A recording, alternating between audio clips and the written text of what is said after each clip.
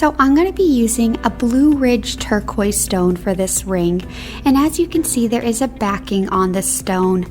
Anytime I'm working with turquoise, I like my turquoise to have a backing on it.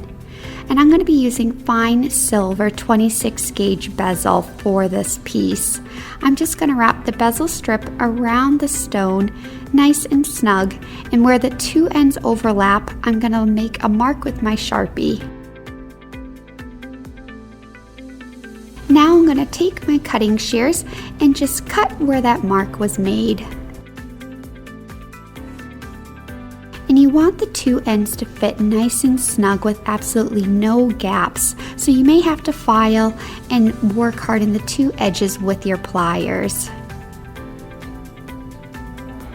And now I'm just going to flux my bezel where the seam is on both sides and place my solder, which I'm going to be using hard solder for this. And I'm just going to take a small little wire chip and place it right in between the seam. And again, I'm going to slowly heat the entire bezel. You do not want to focus the flame just on the solder at first. And there it flows. Next, I'm going to just take my bezel and put it back around my stone, make sure that it fits. But as you can see, my bezel doesn't have the proper shape around the stone. You can see that there are some gaps. So what I'm going to do is I'm just going to press the bezel against the stone using my workbench, just so the bezel takes on the shape of the stone.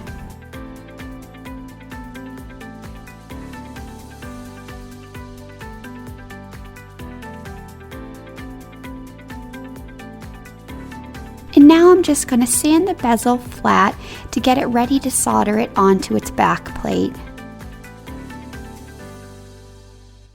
I'm going to be using 22 gauge sterling silver sheet for the back plate, and you just want to place the bezel in a good spot and make sure to leave room for any decorative embellishments that you want to add. As you can see, the bezel fits nice and flat with absolutely no gaps. Now this is my favorite type of flux to use with any piece that has a back plate, as it helps prevent against fire scale. And what I like to do is first slowly heat my piece after applying the flux to allow any bubbles to dissipate.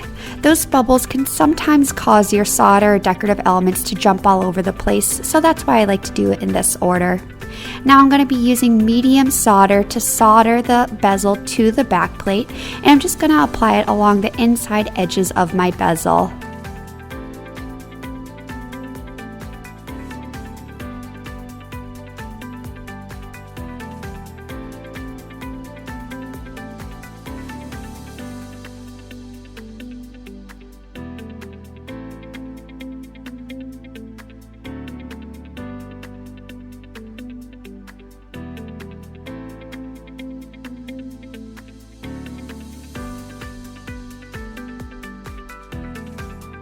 Now I'm going to be using this silver star that I made with my shot plate along with these two silver granules to embellish my piece.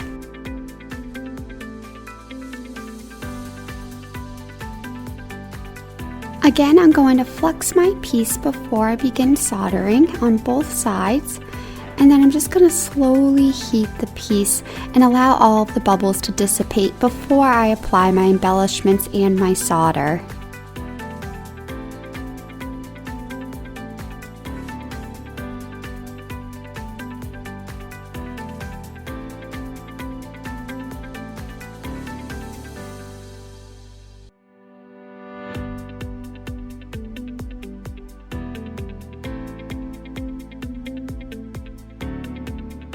Now I'm going to be using easy solder to solder down my embellishments, and I'm just going to add a couple of wire solder chips around the edge of all my embellishments.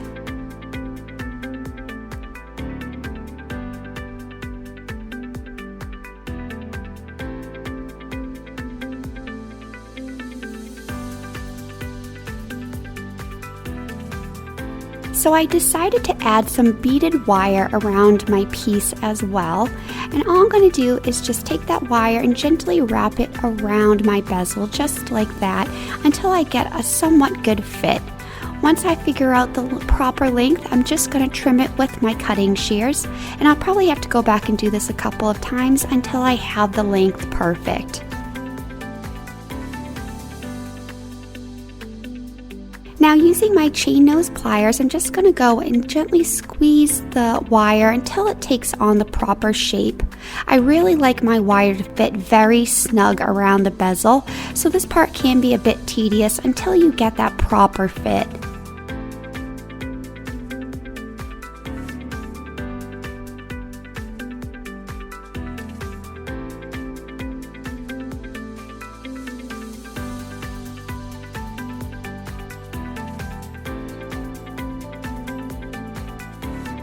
Again, I'm going to just flux my piece and slowly heat it until the bubbles dissipate before I add my solder for the beaded wire. Now I'm just going to take some small chips of solder sheet and apply it along the edges of the beaded wire.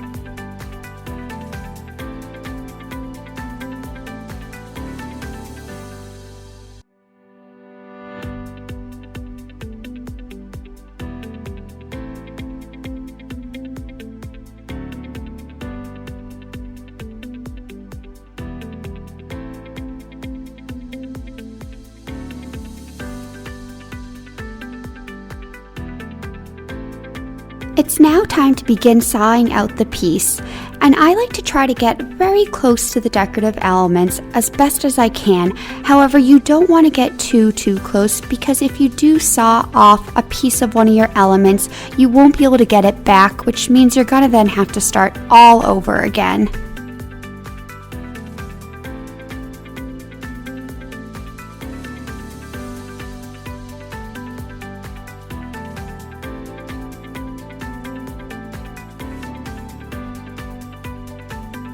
Now using a sanding drum with my rotary tool, I like to just go around and try to clean up as much of the backplate as possible. I don't like having any of the backplate showing on my piece. I really like all the decorative elements to really pop. So I just go through and remove any excess silver along the edges.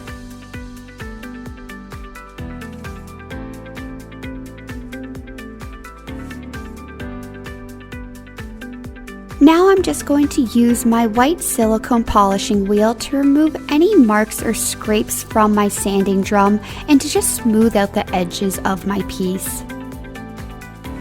Now that my edges are all nice and clean, I'm going to start working on my ring band, which I'll be using 6 gauge half round wire for.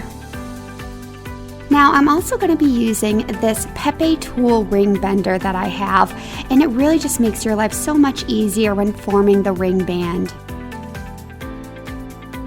As you can see, my ring band is open in the back, so what I'm going to do is file the 2 ends flat using my sanding paper.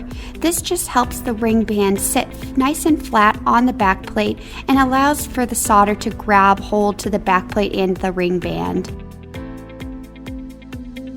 Now I'm going to use my scrap silver to make my maker's stamp.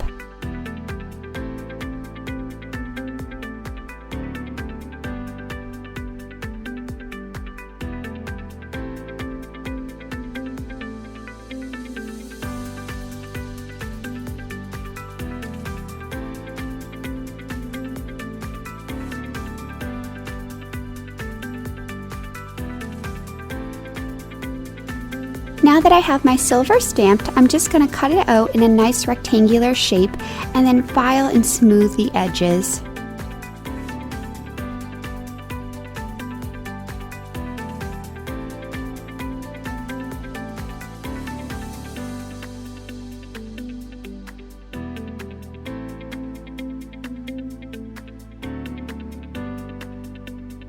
Now I'm going to be using extra easy solder for my maker's mark, and I'm just going to flux it and then add some solder to the back of my stamp. So this technique is called sweat soldering, and it's basically when you just melt the solder on the back of your element first. I'm then going to flux my back plate and then hold my stamp in place with my third hand tweezers and allow the solder from underneath the stamp to flow out. Now I'm going to be using my third hand tweezers to hold my ring band in place, and I'm going to be using medium solder to solder the ring band to the back plate.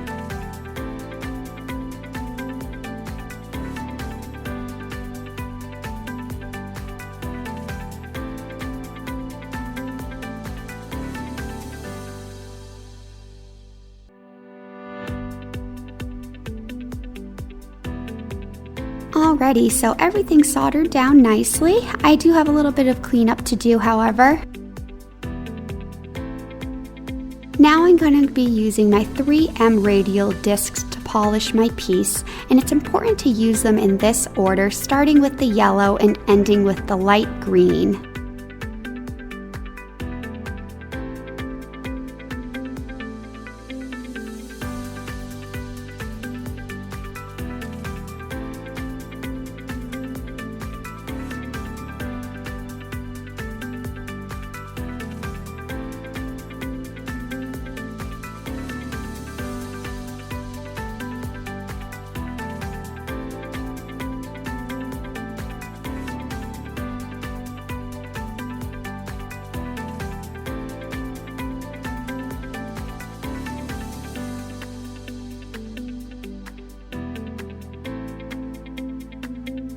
Now before I continue polishing, I'm first going to add this oxidation to my piece just using my paintbrush, and this basically just helps all of your decorative elements to really pop. Now this stuff is very powerful and very toxic, so it's important to wear a mask while doing this and rubber gloves. You will then need to place it into a neutralizing bag made up of baking soda and water.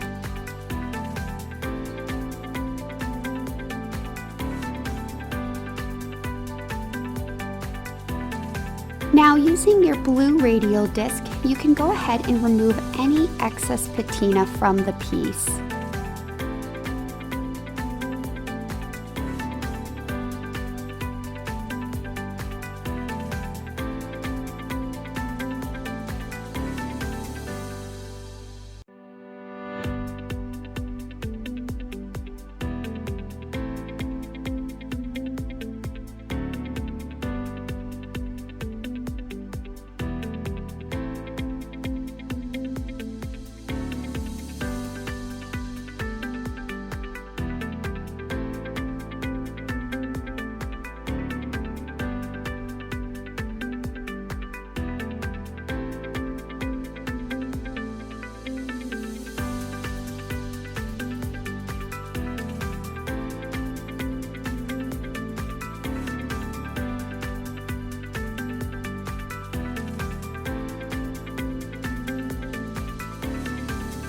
Now that the piece is nice and shiny, we can get ready to set the stone.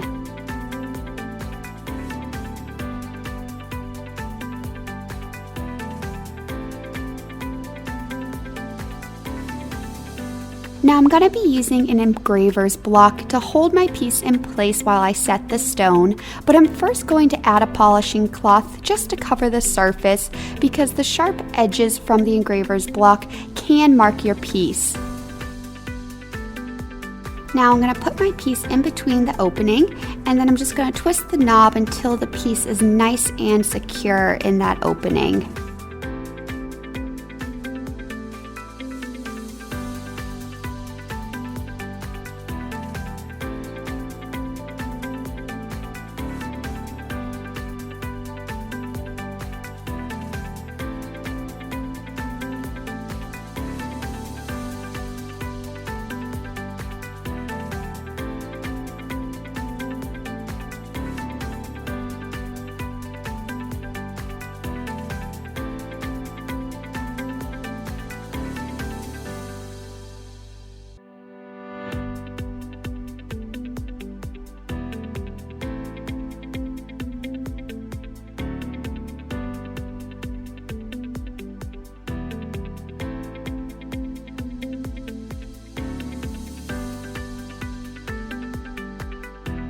And it's done!